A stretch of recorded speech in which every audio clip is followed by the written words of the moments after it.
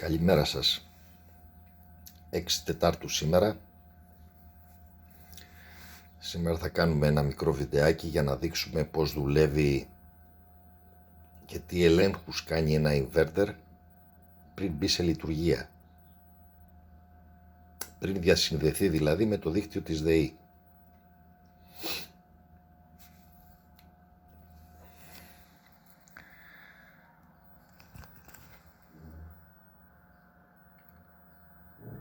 Αυτή τη στιγμή είναι συνδεμένο στο δίκτυο της ΔΕΗ και μας δείχνει κάποιες παραμέτρους εδώ. Συχνότητα, τα μπέρς αναφάση, την τάση αναφάση και την ισχύ αναφάση. Επίσης μας δείχνει το σύνολο αυτά τα 15 χρόνια πόσες μεγαβατόρες έχει κατεβάσει το σύστημα. Θα δείτε εδώ γράφει 158.183 μεγαβατόρες. Εδώ λέει πόσο χρόνο έχει δουλέψει πραγματικό. Δεν είναι οι ώρες ανά 24 ώρες, είναι ώρες που έχει δουλέψει. Δεν δουλεύει 24 ώρες το 24 ώρο, δουλεύει όταν έχουμε ήλιο, εντάξει, το σύστημα. Τώρα αυτή τη στιγμή είναι διασυνδεμένο με το Bluetooth, βλέπετε έχει ανάψει το λαμπάκι του Bluetooth.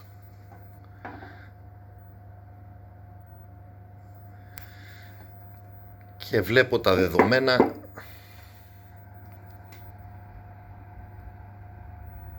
που γράφει το πινακάκι του PLC, τα βλέπω και εδώ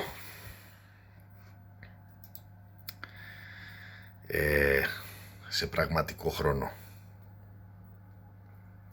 Εντάξει, έχει μια καθυστέρηση, λογικό είναι, βλέπετε εδώ έχει ένα ρολογάκι, μετράει ένα χρόνο και ανά κάποια δευτερόλεπτα παίρνει τις μετρήσεις και τις μεταφέρει στο κομπιούτερ μας. Αυτές είναι χοντρικές οι μετρήσεις που βλέπουμε. Δεν υπάρχει backup. Δεν υπάρχει backup σύνολο. Δηλαδή κάθε μέρα τι γίνεται. Το μοναδικό backup που υπάρχει σου λέει ότι είναι αυτό εδώ. Βλέπετε 8 Τετάρτου, εδώ είμαστε 6 Τετάρτου και σου δείχνει πόσες κιλοβατόρες έχεις αυτή τη στιγμή, έχει γράψει αυτή τη στιγμή. Δεν γράφει από εκεί και πίσω. Αυτό είναι εντάξει. Αυτό το επέλεξε η εταιρεία, το πούλησε το inverter έτσι, για να ζητάς μετά να σου κάνουν αναβαθμίσεις και να πληρώνεις κάποια λεφτά συνέχεια και συνέχεια για να βλέπεις, για να έχεις ιστορικό κάθε μέρα κτλ. Αυτό σου δείχνει την ημέρα, εκείνη την ημέρα που δουλεύει. Δεν βαστάει backup ένα μήνα, 2 μήνες, 15 χρόνια πίσω. Δεν βαστάει. Είναι real time ουσιαστικά.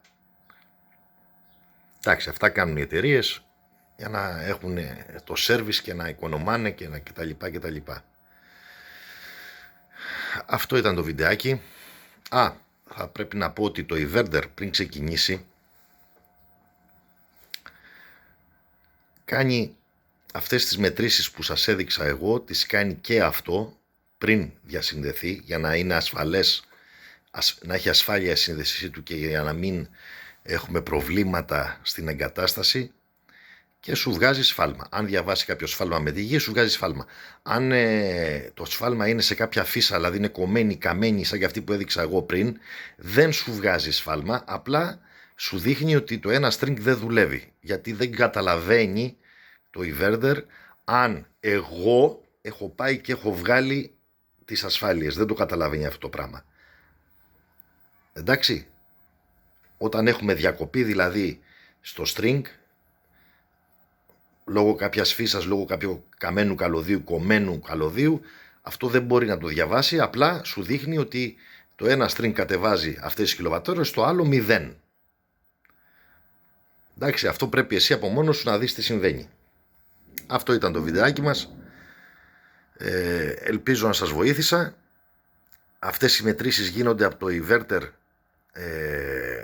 πριν μπει σε λειτουργία. Αν βρει σφάλμα, μηδενίζει τις μετρήσεις και τις ξανακάνει μετά από 10 λεπτά. Περιμένει 10 λεπτά να το δει, γιατί μπορεί να υπάρχει σφάλμα λόγω υγρασίας, στην ατμόσφαιρα υπερβολικής κτλ.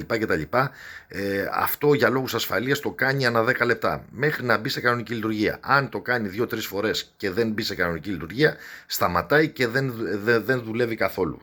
Εμένα αυτό μου έκανε μέχρι που βρήκα το σφάλμα. Σας ευχαριστώ πολύ.